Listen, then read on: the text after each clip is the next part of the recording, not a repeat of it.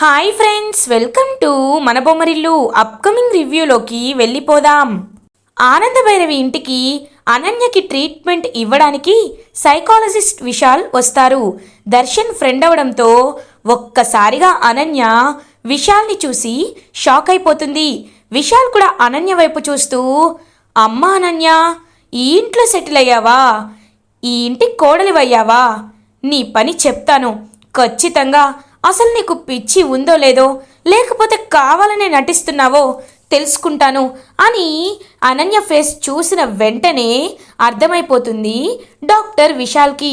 ఇంక వెంటనే అనన్య దగ్గరికి వచ్చి, మేడం, నేను ఒకసారి ఈ పేషెంట్తో పర్సనల్గా మాట్లాడాలి. అసలు తన ప్రాబ్లం ఏంటో తెలుసుకోవాలి.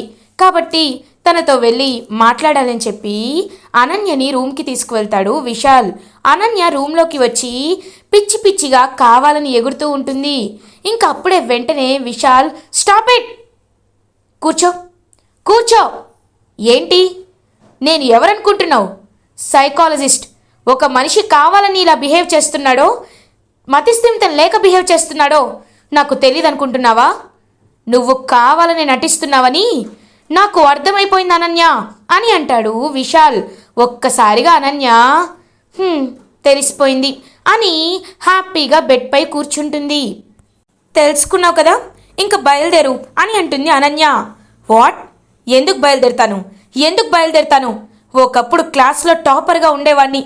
అలాంటి నన్ను నీ వెంట తిప్పించుకొని ఒక లోఫర్ని చేశావు, జోకర్ని చేశావు. నన్ను నీ వెంట తిరిగేలా చేసుకొని నా చదువు అంతా డిస్టర్బ్ అయిపోయేలా చేశావు. నువ్వు నా జీవితంలోండి ఎప్పుడు దూరంగా వెళ్ళిపోయావో అప్పుడు నేను మళ్ళీ మా అమ్మ నాన్నలు, మా ఫ్రెండ్స్ అందరూ నన్ను ఎంకరేజ్ చేయడం వల్ల, మోటివేట్ చేయడం వల్ల తిరిగి నా చదువులోకి, నా స్టడీస్పై నేను కాన్సన్ట్రేట్ చెయ్యగలిగాను. కానీ నీలాంటి అమ్మాయి మాయలో పడి నేను నా కెరియర్నే కోల్పోయేవాడినని నాకు గుర్తు చేశావు అని అంటాడు విశాల్. చూడు విశాల్, ఇదంతా కొన్నేళ్ల క్రితం జరిగిన మ్యాటర్. అప్పట్లో ఎవరైనా ప్రేమించుకుంటారు కదా, అందుకే నువ్వు బాగా చదువుతావని, నీ వెనక ఆస్తుందని నిన్ను ప్రేమించాను. కానీ నీకు నాకు సెట్ అవ్వదు, అందుకే వదిలేశాను. ఇప్పుడు మళ్ళీ నా లైఫ్లోకి నువ్వెందుకు వచ్చావు అని అడుగుతుంది అనన్య విశాల్ని. ఆ దేవుడు మళ్ళీ నన్ను ఇలా చూడడానికే తీసుకువచ్చాడు. అయినా నువ్వు అనుకున్నది నువ్వు సాధించావు కదా, ఈ ఇంటికి కోడలి అయ్యావు కదా, ఇంకా ఎందుకు ఈ నాటకాలు అని అడుగుతాడు విశాల్. అవును, నాటకమే ఆడుతున్నాను. ఎందుకేంట్రా? ఈ ఆస్తి కోసం. ఈ ఆస్తి నా సొంతం అవడం కోసం. ఈ ఇల్లు ఎలా ఉంటుందో తెలుసా? ఆ ఆనందభైరవి అత్తయ్య గారంటే ఏంటో తెలుసా? ఆవిడకి ఉండే పవర్లో నాకు కొంచెం కూడా లేదు. ఆవిడ మాటే వేదంగా ఈ ఇల్లంతా నమ్ముతారు. నాకు ఈ ఆస్తి కావాలి, ఆవిడ హోదా కావాలి. ఆవిడని పక్కకి తోసేసి ఆవిడ కూర్చున్న కుర్చీలో నేను కూర్చొని ఈ ఇంటికి మహారాణిని నేనవ్వాలి. అది తీరేంత వరకు నేను ఇలాగే నాటకాలు వేస్తూ ఉంటాను. మర్యాదగా నోరు మూసుకొని ఎక్కడి నుండి వచ్చావో అక్కడికే వెళ్ళిపో. ఈ విషయాలన్నీ చెప్పావో అని అంటుంది కావాలనే అనన్య. చెప్తాను. ఏం చేస్తావు? అందరి ముందు చెప్తాను. ఒక్కటి గుర్తుపెట్టుకో అనన్య, న్యాయం ఎప్పటికైనా చాలా స్ట్రాంగ్గా ఉంటుంది. నీలాగా నాటకాలు వేస్తూ అన్యాయం చేసి బ్రతికే వాళ్ళు మాత్రం ఎప్పటికైనా ఎండ్ చూడాల్సిందే, ఖచ్చితంగా చూడాల్సిందే అని చెప్పి రూమ్ నుండి బయటికి వచ్చేస్తాడు విశాల్. ఇంకలా అనన్య, అమ్మ, ఈ విశాల్ గారికి మొత్తం తెలిసిపోయింది. ఏంటి, వాడికి ఎలా తెలిసింది అని అడుగుతారు కాంచన. ఇంకలా విశాల్ వెళ్ళిపోతుంటే విశాల్ కంటే ముందే వెళ్ళి కావాలనే స్టెప్స్ పై నుంచి దొర్లుకుంటూ కింద పడిపోతుంది అనన్య. ఒక్కసారిగా ఫ్యామిలీ మెంబర్స్ అందరూ వచ్చి అనన్యని పైకి లేపుతారు. అనన్య, ఏమైందమ్మా, ఎలా పడిపోయావని చెప్పి ఇంకందరూ వచ్చి అడుగుతూ ఉంటారు అనన్యని. ఇదిగో ఇతనే నన్ను తోసేశాడు అని కావాలని ఏడుస్తూ ఉంటుంది అనన్య. ఒక్కసారిగా విశాల్ షాక్ అయిపోతారు. అక్క, ఏమంటున్నావు నువ్వు? ఆయన డాక్టర్ అక్క, ఆయన ఎందుకలా చేస్తారు అని అడుగుతుంది శరణ్య. లేదు, నన్ను నన్ను తోసేశాడు అని చెప్పి ఏడుస్తూ నాకు ఇతను వద్దు, ఇతని ఇంటికి రావద్దు, ఇతను చంపేస్తాడు, నన్ను చంపేస్తాడని చెప్పి ఏడుస్తూ ఉంటుంది కావాలని అనన్య. అప్పుడే కరెక్ట్గా ఆనంద భైరవి అక్కడికి వచ్చి జరిగిందంతా గమనిస్తారు. చూడండి, ఆమె డాక్టర్, పేషెంట్ని ఎలా ట్రీట్ చేయాలో నాకు తెలుసు. నేను తన్నెందుకు కిందకి తోసేస్తాను, తను జస్ట్ అలా ఊహించుకుంటుందంతే అని అంటారు విశాల్. ఇంకా వెంటనే లీలావతి కూడా, బాబు తను నిన్ను రావద్దు అంటుందంటే తను నీ దగ్గర ఇబ్బందిగా ఫీల్ అవుతున్నట్టుంది, మేము వేరే సైకాలజిస్ట్ని చూసుకుంటాం అని అంటారు లీలావతి. ఆనంద భైరవికి విషయం అంతా అర్థమవుతుంది. లేదు, అనన్య ఇదంతా కావాలని చేస్తుంది.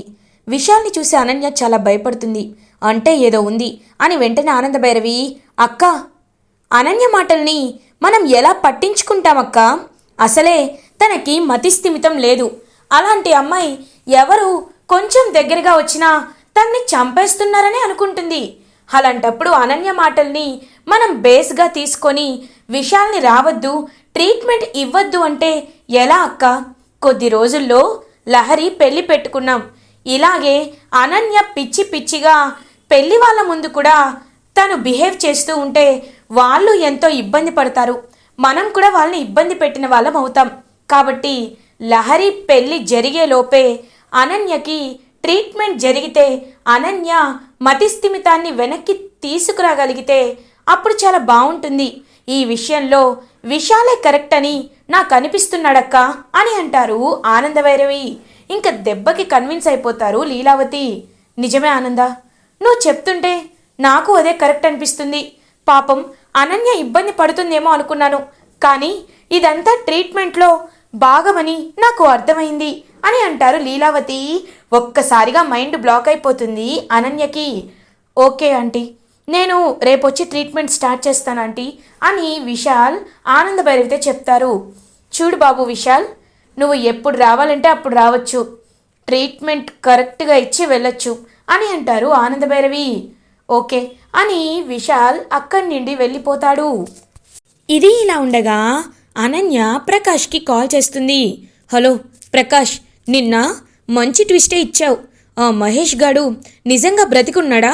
అందుకే వాళ్ళ అన్నయ్యకి కాల్ చేశాడా అని అడుగుతుంది అనన్య.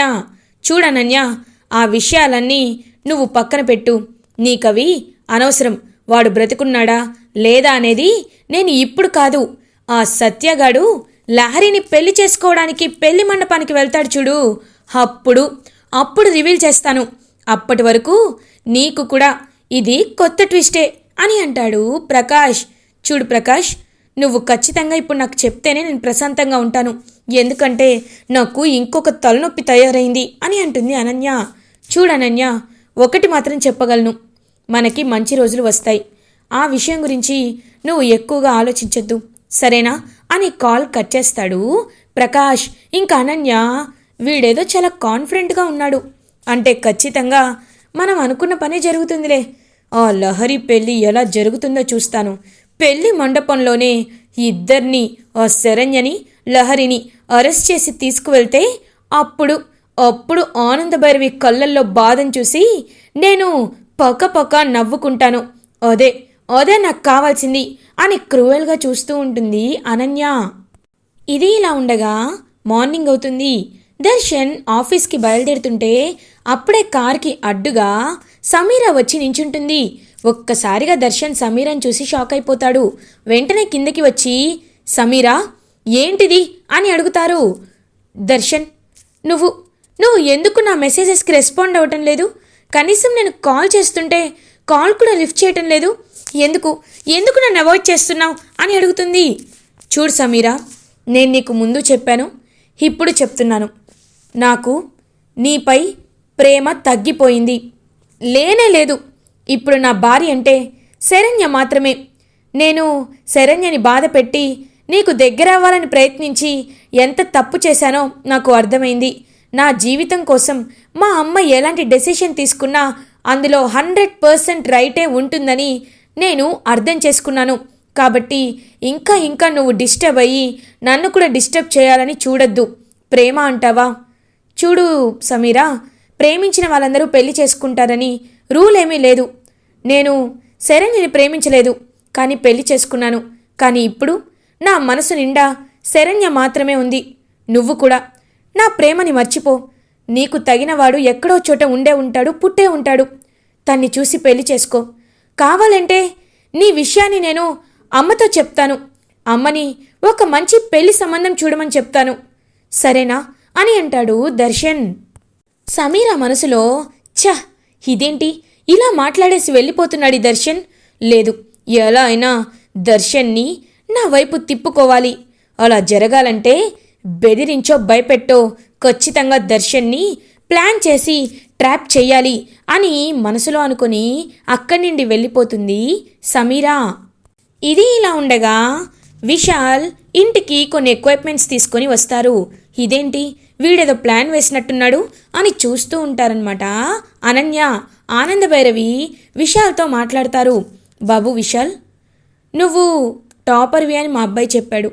యుఎస్లో చదువుకొని వచ్చావని కూడా చెప్పాడు. నిజంగా నువ్వు అనన్యని పేషెంట్గా గుర్తించే ఈ ఎక్విప్మెంట్స్ అన్ని తీసుకొచ్చావా అని అడుగుతారు ఆనందభైరవి. ఆంటీ, మీతో కొంచెం పర్సనల్గా మాట్లాడాలి అని చెప్పి పక్కకు తీసుకువెళ్ళి, ఆంటీ మీరు చాలా మంచివారు, న్యాయానికి ధర్మానికి కట్టుబడి ఉండేవాళ్ళని చిన్నప్పటి నుండి దర్శన్ నాకు చెప్తూనే ఉన్నాడు. మీరంటే నాకు ఒక ఇన్స్పిరేషన్ ఆంటీ. అందుకే మీకు అబద్ధం చెప్పాలి అనుకోవటం లేదు. అనన్యకి ఎలాంటి మెంటల్ ఇష్యూస్ లేవు. కావాలనే తను నటిస్తోంది. మీ ఆస్తి కోసమే తను ఇదంతా చేస్తోందాంటీ. తను ఇలా చేస్తోంది అని అంటాడు విశాల్. నాకు తెలుసు బాబు, కావాలనే అనన్య నటిస్తుందని నాకు తెలుసు. అందుకే దాని పిచ్చి నాటకాన్ని బయట పెట్టాలని నేను కూడా చాలా ప్రయత్నాలు చేస్తున్నాను. కానీ నువ్వు ఈ విషయాన్ని తెలుసుకొని అర్థం చేసుకొని అందరి ముందు చెప్పకుండా కేవలం నాకు మాత్రమే చెప్పావు. చాలా థ్యాంక్స్. మరిప్పుడు ఏం చేయబోతున్నావు అని అడుగుతారు ఆనందభైరవి. మీరు పర్మిషన్ ఇస్తే అని ఒక ప్లాన్ చెప్తారు విశాల్. చాలా బాగుంది, నేను ఇలాంటి టైం కోసమే వెయిట్ చేస్తున్నాను. అనన్య, అమ్మ అనన్య అని చెప్పి అనన్యని కిందకి పిలుస్తారు. అనన్య కిందకి వస్తుంది. ఇంకలా అనన్య వైపు చూస్తూ, నీకోసం డాక్టర్ చూడు ఏం తీసుకొని వచ్చారో చూడు కావాలంటే అని చెప్పి ఇంకా షాక్కి ఉపయోగించే ఎక్విప్మెంట్స్ అన్నీ కనబడతాయి. ఒక్కసారిగా షాక్ అయిపోతుంది అనన్య. ఏంటి బాబు ఇవి అని అడుగుతారు లీలావతి. ఇవి షాక్ ట్రీట్మెంట్కి సంబంధించిన ఎక్విప్మెంట్స్ ఆంటీ. ఒక్కసారి షాక్ ఇచ్చామనుకోండి, బ్రెయిన్లో నర్వ్స్ అన్నీ కరెక్ట్గా బ్యాలెన్స్ అయ్యి తనకి మతిస్థిమితం మళ్ళీ తిరిగి వస్తుంది. ఈ విషయాన్ని మీరు అర్థం చేసుకుంటారనుకుంటున్నాను. తన్ని స్ట్రెచర్పై పడుకోబెట్టండి అని చెప్పి ఇంకా 2 పెద్ద షాక్ ట్రీట్మెంట్ ఇవ్వడానికి తీసుకువెళ్తూ ఉంటాడనమాట. అలా కావాలని విశాల్ వణికిపోతూ ఉంటుంది. అనన్య, ఆనందభైరవి, అక్క ఈ షాక్ ట్రీట్మెంట్కి ఒక గొప్ప లక్షణం ఉంది. పిచ్చి ఉన్న వాళ్ళకి పిచ్చి తగ్గుతుంది, మతిస్థిమితం కోల్పోయిన వాళ్ళకి మతిస్థిమితం వస్తుంది, మతిస్థిమితం ఉన్న వాళ్ళకి మతిస్థిమితం పోతుంది. అంటే పిచ్చి లేని వాళ్ళు పిచ్చెక్కుతారు, పిచ్చి ఉన్నవాళ్ళు పిచ్చిని తగ్గించుకుంటారు. అందుకని ఇది అనన్యకి పెడితే ఖచ్చితంగా తను మనం అనుకున్నట్లే అవుతుంది అని ఆనందభైరవి అంటారు. ఒక్కసారిగా షాక్ అయిపోతుంది అనన్య. వామ్మో, ఏంటి వీళ్ళు నాపై పగబట్టారా? ఇప్పుడు నేను షాక్ ట్రీట్మెంట్ తీసుకుంటే ఖచ్చితంగా నా గురించి తెలిసిపోతుంది. నేను పిచ్చిదాన్ని అయిపోతే ఇంక నేనేమి చేయలేను అని చెప్పి ఆపండి అని గట్టిగా అరుస్తుంది అనన్య. ఒక్కసారిగా అందరూ అలా చూస్తూ షాక్ అయిపోతారు. ఏంటి, ఏమైందమ్మా అనన్య అని అడుగుతారు లీలావతి. మీరందరూ అనుకుంటున్నట్టు నాకు ఎలాంటి మతిస్థిమితం కోల్పోలేదు, నాకు పిచ్చి లేదు అని గట్టిగా చెప్తుంది అనన్య. ఒక్కసారిగా ఫ్యామిలీ మెంబర్స్ అందరూ షాక్ అయిపోతారు. ఆనందభైరవి అలా ఇంకా చూస్తూ ఉంటారు. ఏంటి, ఏమంటున్నావు అని అడుగుతారు రోహిత్. అవునండి, మీరు నన్ను ఇంట్లో నుంచి గెంటేస్తున్నారని నేనే ఈ డ్రామాలో ఆడాను, మీకోసమే ఆడాను, అంతేకాని నాకు ఎలాంటి మతిస్థిమితాన్ని కోల్పోలేదు అని చెప్తుంది అనన్య. ఒక్కసారిగా రోహిత్కి చాలా కోపం వస్తుంది. పిన్ని, చూసారా ఇన్ని నాటకాలు ఆడింది నిజంగా ఆ రోజు ఇంట్లో నుండి గెంటేస్తూ తలకి బలమైన దెబ్బ తగిలితే నా వల్లే తగిలిందేమోనని చాలా బాధపడ్డాను. కానీ ఇప్పుడు నాకు ఎలాంటి బాధ లేదు. ఇప్పుడే ఇంట్లో నుండి గెంటేస్తాను అని చెప్పి రోహిత్ అంటారు. ఎలా ఎలా గెంటేస్తారు అని అడుగుతుంది అనన్య. గెంటేయడానికి జుట్టు పట్టుకోవాలేమో, కానీ మేము నిన్ను అలా గెంటేయాలనుకోవటం లేదు.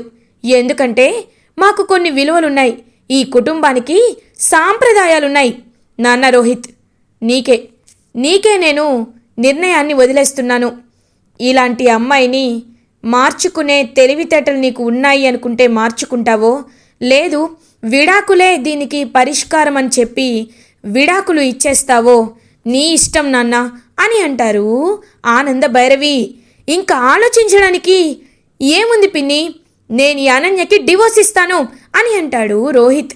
ఒక్కసారిగా అనన్య మైండ్ బ్లాక్ అయిపోతుంది. అలా ఇంకా ఆనంద భైరవి అనన్య వైపు చూస్తూ ఉంటారు. అనన్య మాత్రం ఏం చెయ్యాలో తెలియక రోహిత్ కాలు పట్టుకుంటుంది. ఏవండి, ఇంకెప్పుడు ఇలా చేయనండి అని అంటుంది. ఏయ్ కాలదులు, నేను నిన్ను నమ్మను. ఖచ్చితంగా నీకు నేను విడాకులు ఇచ్చేస్తాను. ఇప్పుడు నువ్వు ఎక్కడుంటావో అక్కడే ఉండు. నా కుటుంబాన్ని నాశనం చేయాలనుకున్న నిన్ను నేనెందుకు వదిలిపెడతాను అని చెప్పి గట్టిగా చెప్తాడు రోహిత్. ఇంకా కుమిలిపోతూ ఉంటుంది అలా అనన్య. ఇలా ఎపిసోడ్ ఎండ్ అవుతుంది. ఫర్దర్ ఎపిసోడ్ రివ్యూస్ ముందుగా మీకు కావాలి అనుకుంటే మా ఛానల్ని సబ్స్క్రైబ్ చేసుకోండి. Thanks for watching.